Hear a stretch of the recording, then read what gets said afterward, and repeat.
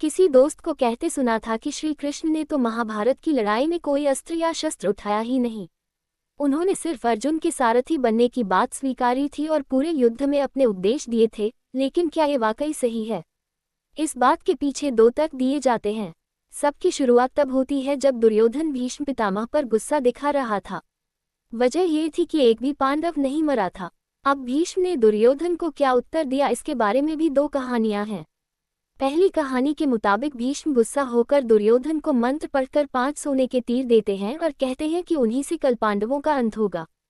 इस पर दुर्योधन तीर अपने पास रख लेते हैं। जब श्री कृष्ण को ये पता चलता है तो वो अर्जुन को दुर्योधन के पास भेजते हैं। कथाओं में ये किस्सा मशहूर है कि अर्जुन ने दुर्योधन की जान बचाई थी और दुर्योधन ने अर्जुन को वचन दिया था कि वो उससे कुछ भी मांग सकता है। इसी में कृष्ण अर्जुन को दुर्योधन से 5 सोने के तीर मांगने को कहते हैं।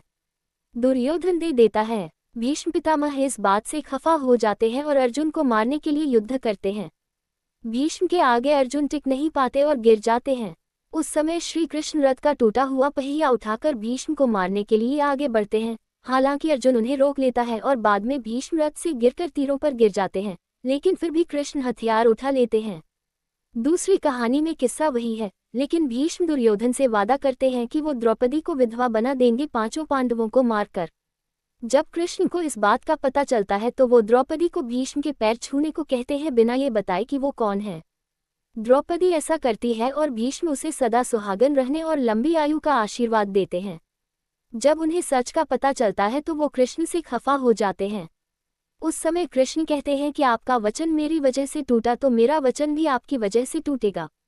और इसके बाद ही अर्जुन को बचाने के लिए वो रथ का पहिया उठाते हैं।